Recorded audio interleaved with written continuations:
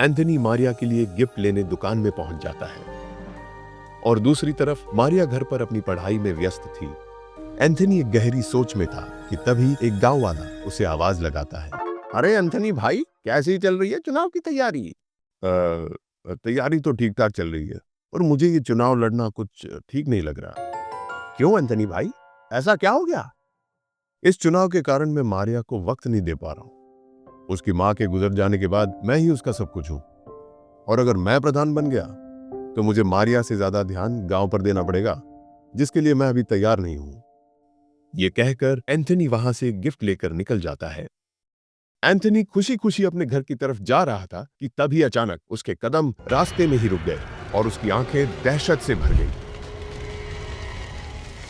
वो चीखते हुए घर की तरफ भागता है। मारिया, मारिया! वो घर के दरवाजे के पास पहुंचा, लेकिन आग की लपटों ने वो रास्ता रोक रखा था। बिना पलक झपकाए वो दूसरी खिड़की की ओर बढ़ा, लेकिन वो खिड़की भी पूरी तरह जल के भस्म हो चुकी थी। घर में घुसने का कोई रास्ता नहीं बचा था। बचाओ पापा, बचाओ मुझे! मारिया की चीखें सुनकर एंथनी का दिल और तिलमिला उठा। उसने आओ देखा न ताओ और तुरंत अपने आप को आग में झोंकते हुए घर के अंदर घुस गया।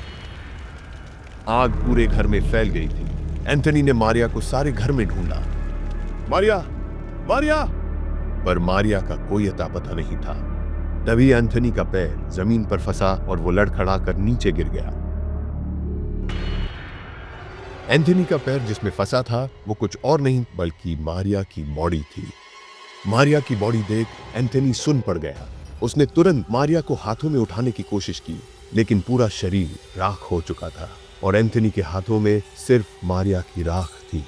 मारिया, बेटा उठो, देखो पापा तोहफा लेकर आ गए हैं। मारिया उठो ना, मारिया!